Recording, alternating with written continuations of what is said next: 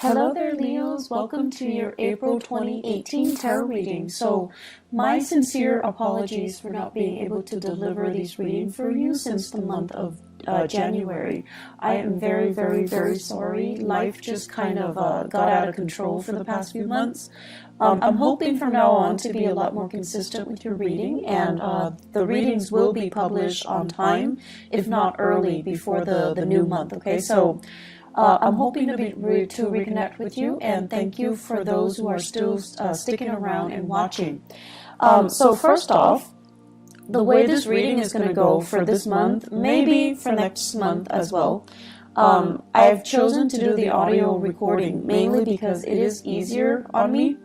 I have to do, 12 of these, and then in the past months I've tried to do a mid-month reading too, so energetically it was very, very, very taxing. It was very tiring to do, and it was also quite time-consuming. So I'm hoping to reduce the time in which I do the general reading, and I'm hoping to find a strategy that works best for me. So this is my compromise here. What I'm going to do is I have already laid out the spread. I'm going to extract 4 important messages for you, and then we're going to unpack these messages and talk about, in which areas of your life it's affecting, okay? So, the first message that I am seeing here is, they're saying realistic expectation. And I feel this is going to be playing out in the work sector, in your family planning sector. And realistic expectation basically means curbing our sense of illusions or delusions and trying to aim for a more practical route, a more practical solution based on where we are right now. It doesn't mean that, we have to let go of our dreams and our aspirations. It basically means maybe we're not there yet, it'll come later, but for now, let's focus on the here and now. Looking at what's in front of you and narrowing your scope a little bit so that you're able to solve what's in front of you, and then later on, it's sort of like we'll cross that bridge when we get there, okay? Breaking up the work, breaking up the worries, breaking up the problems into more manageable pieces so that you can tackle them rather than letting them overwhelm you, okay? So realistic expectations, realistic solutions. The second message here, it's actually really, really beautiful. They are saying loving companion. So you have a lot of love, a lot of family support, a lot of people in your midst that you can turn to, that you can, seek that emotional fulfillment from, and it give you a lot of emotional support. Friends are out there, people are out there. I feel, though, a lot of the times you are too proud to ask for help. Okay, you are, fire signs in general like to be independent. They don't like to weave a sob story and have other people feel sorry for them. So they're just saying here, there isn't any shame in asking for help. And especially if you've got such amazing people around you, it is really important to, ask for help. Okay, I feel like they will be more than happy to assist in any way they can, and I don't feel that you're abusing it or anything like that, so definitely ask for help if you can. The third message here, it's emotional maturation.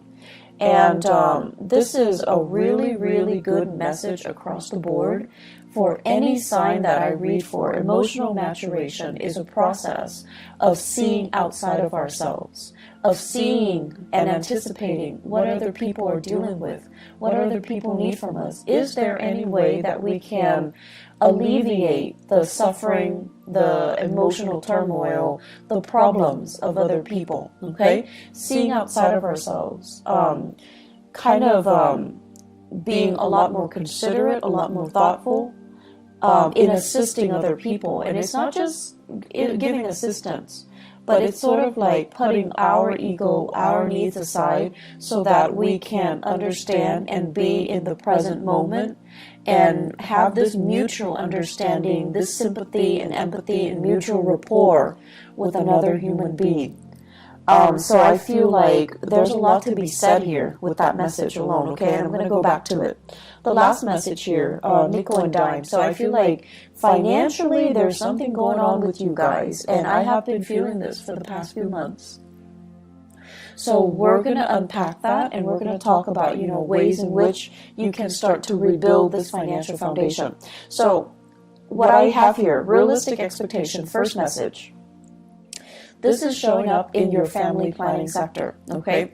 And what I feel here is there is a need here to kind of consult your partner. I feel like for many of you, you're a little bit extravagant when it comes to spending, when it comes to buying things, when it comes to splurging. It's like you're quite lenient with yourself when it comes to spending, okay? And you have somebody that's kind of like controlling the purse strings. It could be a relationship partner. It could be a housemate, a flatmate. It could also be like whoever it is that, you're sharing resources with. And so there's a sense here of needing to consult the other person before you make big purchases, before you do major decisions. And I'm also feeling at this point there is a need to want to add additional member into the household, such as getting pregnant, family planning, adopting a dog, adopting a baby, taking in elderly parents is what I'm sensing. And these elderly parents can be overseas as well. So I feel like there's this discussion, this conversation about getting more people into the household, or the household is getting a little bit too crowded, so why don't we leave the household and seek our own space, seek a bigger housing environment, or purchase a property outright. So I feel like there's some fluctuation here within the home, but either way, it points towards expansion. It points towards something bigger, something better, okay? And so financially, whenever we want to move to a house, or whenever we want to bring another person into our household, we want the best conditions. And I feel like with you guys, family means so much to you. There's such a huge influence in your life, and you want to do it big. You want to do it justice. You want to do them justice. And so you tend to be quite generous with the way in which you want to, give them that financial resources, or you want to do it big. And I feel like the other person that you're sharing resources with, they're trying to tell you to curb your spending. They're trying to tell you to be conservative, and they're trying to tell you more than anything to be realistic. And I feel like the past few months, since the November timeframe, many of you had to cut corners, you had to skip, and you didn't like that. You didn't want to have to do those things. And so it's gotten to the point where you're actually sitting down and you're going to have to, be very realistic here. First of all, with the spending. Second of all, how much am I making right now? How much am I spending? So, the financial inflow versus the financial outflow, trying to balance that out and trying to not succumb to emotional spending, okay? In the career sector as well, what I do feel is many of you are working in a capacity where you're doing a lot of consultation. So I feel some of you are like, I see some people coming to you and they're like, what do you mean by this sentence? What do you mean by this paragraph? What do you mean by this idea? Can you elaborate? They're giving you something, you revise it, and you submit it to them. So this can be a manuscript, this can be a transcript, this can be like an essay, a piece of artwork. You're working on a consultancy basis and you're working on a project basis. And so the financial inflow might not be, consistent. It doesn't feel to me like a regular 9-to-5 work. It seems to me like contract work. It seems to me like you're getting paid on a contract basis. But either way, I feel like you enjoy the work that you do. You're getting positive recognition. And I feel many of you are at a point where your career is just starting to take off.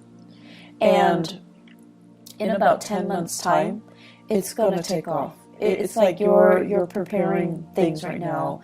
Right now where you are, it's a little bit of a launching pad, okay? Like a stepping stone. You're taking these minute steps, and then you're going to take off. But I do feel it's going to be in about 10 months' time before you finally make it, before you finally launch, before you finally start to make the type of money that you're hoping for.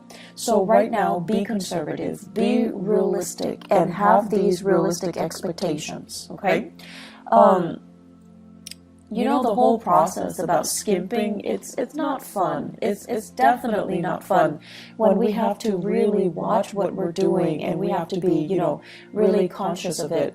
I'm also sensing many of you are in the public eye for whatever reason, and a lot of Leos actually are politicians, are great teachers as well, orators, lecturers, and things like that. So I'm not surprised that you're in the public eye and you have really strong, you know, charisma and stage presence.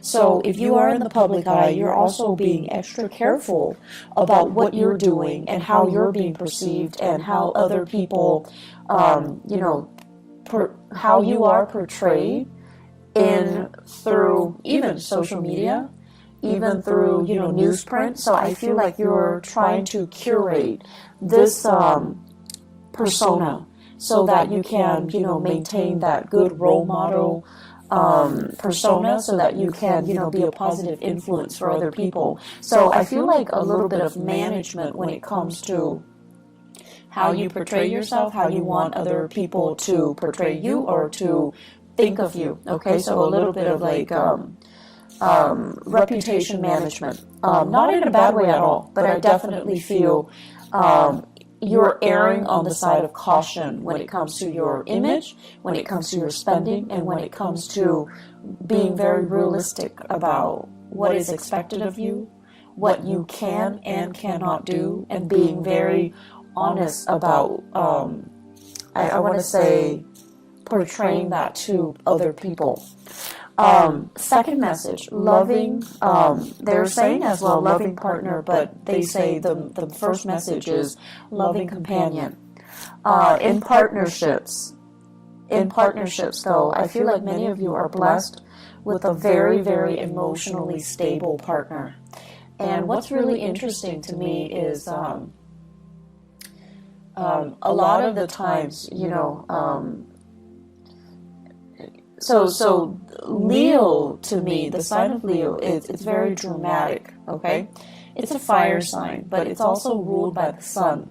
And I feel like, you know, you thrive in the spotlight, and you guys would make, you and Libras are great actors. You like to, you know, stand up for your beliefs and stand up for the underdog, and really you're quite militant when it comes to the things that you believe in, your ideologies, your sense of justice, and your sense of right and wrong, and your moral compass. You're very apt about defending what you feel is right, okay? But I also feel like there is a sense of spectacle and drama associated with the things that you like to do. You like high intensity.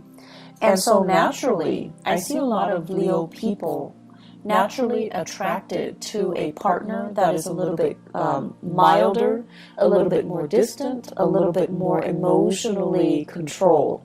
And I feel like you're naturally drawn to these people because of differences. But you're also drawn to them because I feel like they make you feel stable when you're interacting with them. They help calm you down. They help to really mellow you out. And because they're so calm and so cool and collected, they're naturally drawn to your energy. They're naturally drawn to that sense of drama and passion. And there's just immense chemistry. So you have a partner here that is very like it's like a calm lake, okay? Someone who's really calm, and they're great under pressure, and they never act out of character. They never break that facade, which I think is really admirable. So you have a partner here that is kind of someone who's like, I don't want to say indulging you, because that sounds so patronizing, but I don't feel like it has any negative connotation. So for example, I see you guys excitedly, coming home, and you have this latest project, this latest idea that you want to implement, and you're like, talking a mile a minute, excitedly gesturing and telling your partner about everything that you experience and what you're planning to do. And I see your partner sitting there kind of smiling with a little bit of a smirk, because they're amused. They're amused by how excitable you can get. They're amused by how passionate you can be. And they're amused by how, totally immersed you are when you are passionate about something. I feel like that's why they're really, really drawn towards you guys. And you know how when you watch children, when they're really, really immersed in something, they're like so happy. They're just so pure, and just all you see is this ball of joy. And that's what it feels like to your partner when they're observing you do something. They're just amazed by how, I want to say, single-minded you can be when you are really, really passionate about something. And so you've got a partner that is really emotionally supportive. You've got a partner that is, it's like they're willing to go above and beyond just to capture that moment, just to, sustain or recreate or to maintain that moment so that you can be so happy, okay? Like they love seeing that in you, and they're willing to jump through hoops to make it happen, just to realize your dreams, just to make you constantly that happy. For many of you, I feel here you have a water sign, a Pisces, Cancer, Scorpio. This is a person that is really, really, really grounded. They love you, they support you, and they don't feel threatened at all by your achievement. So, needless to say, I just feel like a good partner should never feel threatened. A good partner should always emotionally support us from behind the scenes if they need to, okay? But some couples, it's really difficult for them to share the spotlight. But I feel with your relationship partner, you've got somebody that is really, really, really willing to get their hands dirty, willing to make it through with you, willing to, go through thick and thin with you. So you've got somebody who is really amazing by your side. For others of you, I feel here an earth sign, okay? So a Taurus, a Virgo, or a Capricorn. And I'm sensing so if it's an earth sign, the tendency is like this. You give them all these ideas, and rather than just being quiet, they're going to say okay, you can do this, but you're going to need to change these things. So it feels a little bit like they're poking holes in your theory, and you're going to feel like, but this is just the preliminary stages. I'm just thinking about this right now, and this is not the final product. And so you're getting a little bit defensive. But this person, the way that earth signs operate, they show they care by listening to you and giving feedback. That's just the way they are programmed, and that's just the way they operate. And they're not like the water sign where they can sit there and, support you from behind the scenes or, do anything that you help them. But the earth signs, if you need their help, 100% they will be there, even if they don't agree with you, even if they feel like this is like a pipe dream, it's never going to come together. If you need their help, and if they can be of assistance in any way, they're going to be there. They're going to be the one passing out the flyers. They're going to be up at 3 a.m. with you, drawing, making posters, painting murals, and things like that. So people show their love in different ways. People show their support in different ways. And so just because one person is like listening and they're not doing the actions like the water sign, doesn't mean they don't love you. And just because, you know, the other person is like poking holes in your theory, like the earth sign, they're a little bit more critical, and they need to make sure that you know what you're getting yourself into, just because they care. That's just the way they care. It doesn't really diminish the love and the support, okay? And honestly, if these two people or two signs didn't care, they wouldn't be around, okay? So I feel like you might be doubting it, or you might be going through a situation where you're frustrated. And, you know, we get frustrated with our partners all the time. But during Mercury retrograde, the energy is really volatile. So it is important for us to really put ourselves in other people's shoes, and especially learn to put ourselves in our loved ones' shoes and see how they feel about us, and see how they're trying to show they care through the ways that they can support you, or the things that they can help you with, okay? So I feel like you've got someone who's really loving by your side. Companionship as well, friendship, family, relationships. You guys have a lot of support. I do see this unconditional love coming from siblings. So for those of you who are fortunate enough to have siblings, there's this outpouring of love. They're babysitting you, they're watching the kids, they're cooking for the kids, they're taking the nieces and the nephews out while you're studying, while you're taking exams, while you're working overtime. So props to those siblings, okay? I feel like the relationship, the sibling relationship, there is so much love here, and I feel like it's going to make you, it's just going to give you that sense of appreciation that somebody is willing to, you know, go above and beyond to assist you. So you've got a lot of support coming in this month, Leo. There is no reason for you to feel isolated and to feel like, oh, they don't really love me, I'm going to wait for them to reach out. Don't get into that habit of only seeing things from your point of view and not accepting the way that other people show they love you, okay? Third message here, emotional maturation. So the emotional maturation message goes hand in hand with everything that I talked about before, the two messages that comes before.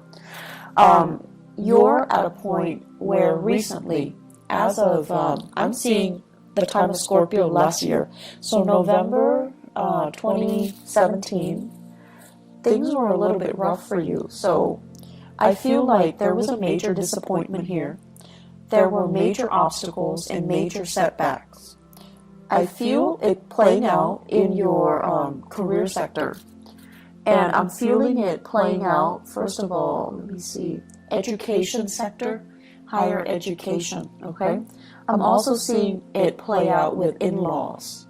So higher education, in-laws, and that rules the 9th house. So whatever the setback is, you overcame it, and it left you feeling very jaded and very emotionally distraught. If it happened with in-laws, you feel like, I don't know how they feel about me. I don't know if they like me. I don't know if I like them. So I feel that.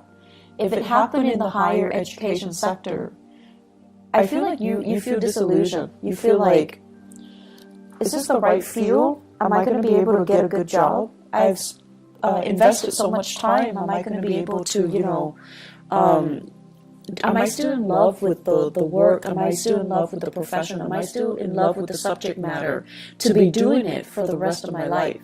So you have some major dilemmas or even major like turning points in your life when it came to your career and also education, okay? And when it comes to the career sector, it's almost like you had to, I'm seeing here, the work itself shouldn't be physically taxing, but it was very physically taxing. I see you traveling distances, like huge distances. I'm seeing you operating or working on uneven terrain in areas that are like, you know, it's like you have to be the one to create that trail.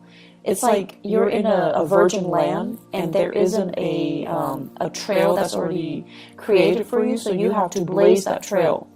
I'm also seeing you carrying a lot of heavy equipment, living in quite, difficult circumstances, camping out, not having access to, clean and comfortable sleeping arrangements. So it's kind of physically difficult, okay? Like it's physically taxing, it's exhausting. So I feel like you were really challenged. And that, all of it, you overcame it. It made you a lot stronger, honestly. It made you a lot more, I feel like, rough around the edges. But it made you a lot stronger. So the emotional maturation basically means, I feel like it can go one of two ways. Because you've been through all of this, through all this hardship, and you came out okay, I feel like you can come out a little bit jaded. And so when people are whining, about, my TV's not working, or like, my water got shut off for 2 hours this morning, you're just like, I can't really sympathize. I had to sleep on the floor for 3 months. I had to sleep in a tent with mud underneath me and the rain just pouring on me. Things like that. You've endured your share of hardship, and now people are telling you about very mundane problems, and you're brushing it off because you can no longer relate. And I feel like that is a little bit of a negative way of incorporating this emotional maturation process, okay? So it's important for us to be appreciative of what we have. And so definitely it's annoying when these people are coming to you and they're whining about things that don't really matter. But it is also really, really important for us not to look down at people and to meet people where they're at. So obviously, whoever that's coming to you, they're kind of spoiled, they're kind of, they haven't really endured hardship, okay, quote unquote hardship. But it doesn't mean that you can just brush them aside, and it doesn't mean that they don't have their own issues, okay? But I feel like you're distancing yourself from those types of people. You're distancing yourself from the really privileged types of people who are whining about really mundane things. I do see emotional detachment coming in for you. And then for others of you, because of this emotional maturation process, because of everything, the hardship that you've had to go through since the November timeframe last year, you're coming out on top. You're coming out a better and a stronger person. You're becoming a little bit more, a lot more considerate. And I almost feel like you want to share your expertise, you want to share your skills, you want to share your best practices with other people. And I feel like you're doing this kind of like of your own volition. So you're seeing somebody struggling and you're like, hey, I was, going through that last year. Let me give these people a few pointers. And then I see you put in a position where you're teaching them, you're guiding them, or you're giving them, pointers as to what they need to do. Okay, so it's actually a really beautiful process because you're sharing your knowledge and you're sharing it in a way where you intuitively know it's going to help them. They're going to be where you were last year. They're going to be in that same spot. And whatever pointers you can give them to really help ease and facilitate that process for them, that's what you're going to do.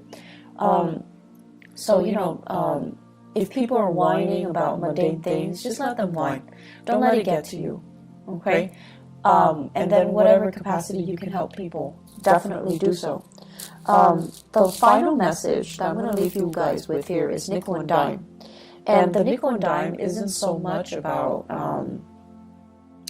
being bankrupt or being, destitute. It's more about foregoing immediate pleasures for long-term gain, okay? So you're really, really, really, really thinking about, I feel many of you the way that you're thinking about money is definitely going to change for the next 10 months. And the way in which I feel like your framework regarding money as a means to an end and not an end in itself. And I know that sounds really cliche, but it needs to be said. Because I feel like there was a lot of money wasted. A lot of money wasted for the past 3 years. And I feel like some of you know exactly what I'm talking about. Money that came really fast, they left your hands really fast. And I also feel as well, let me see, money that you thought was going to be around forever and ever and ever. Money that it's like it's like a bottomless well, okay? You need it, it's there. You need it, it's there. Or the work situation was so prosperous. You worked and there's that paycheck, but something happened. And then the supply of money or the consistency just wasn't, it's no longer here anymore. And so you're really, really thinking about the building blocks for your future wealth and prosperity. You're nickel and diming yourself. You're being very, very cautious about spending. You're being a lot more responsible. And you're obsessively, checking the bank accounts. Some of you are waiting for sources of funding to come in, and it's getting delayed. Okay? And so it's not a good place to be when we count on something and it's not there. But I feel like it's going to clear up for you. Let me see, 1, 2, 3, 4. I want to say like 5 weeks time. 5 weeks time might take us into the May time frame. Okay, so May. I'm also sensing as well, it's just like the financial situation is a little bit unstable right now. Keep trucking on, keep saving. And I know it's not fun to, have to nickel and dime ourselves and to have to, be super, super conservative. And I feel like the only danger for you guys is you have to do it for so many months before you're just like, F it. And then you splurge, and then you go through, periods of like intense spending. So please be careful about that. Home renovation, that's in order. It's going to be wonderful. It's looking really good. I also feel as well, they're saying here, they keep saying, your siblings, you've got amazing siblings, okay? Whatever you think they feel about you, yes, they think you're stubborn. Yes, they think like, oh my gosh, you are such a, like, they're like a bull, like someone who's extremely stubborn, extremely bullish in their ways, or, just like, they won't listen. So it's like you've got your opinions made. You've got your ideas fixed, right? And no matter what they do, they can't persuade you. Yes, they think of all these things about you, but they do really love you as well. So don't make the process difficult. Don't do that to the people that you love.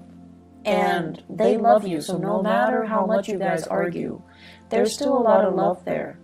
So approach it with a little bit of compassion, okay? And be a little bit more flexible. There is some really big karma here about money. And I feel like until your framework about money changes, and I can tell you till, I'm blue in the face, money is a means to an end.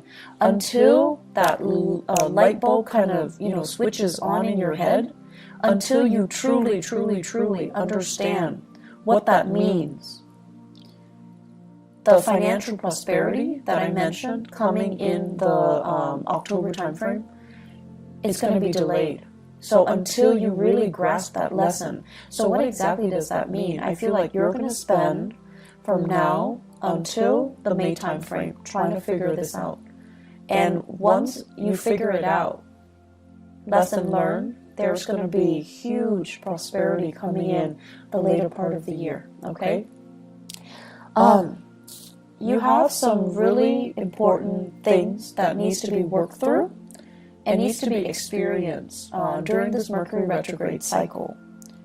So I'm sensing here that, you know, learning to get your financial affairs in order, having a game plan for yourself, start saving and start rethinking about, you know, how you see money and how you think about financial foundation and financial, you know, financial prosperity.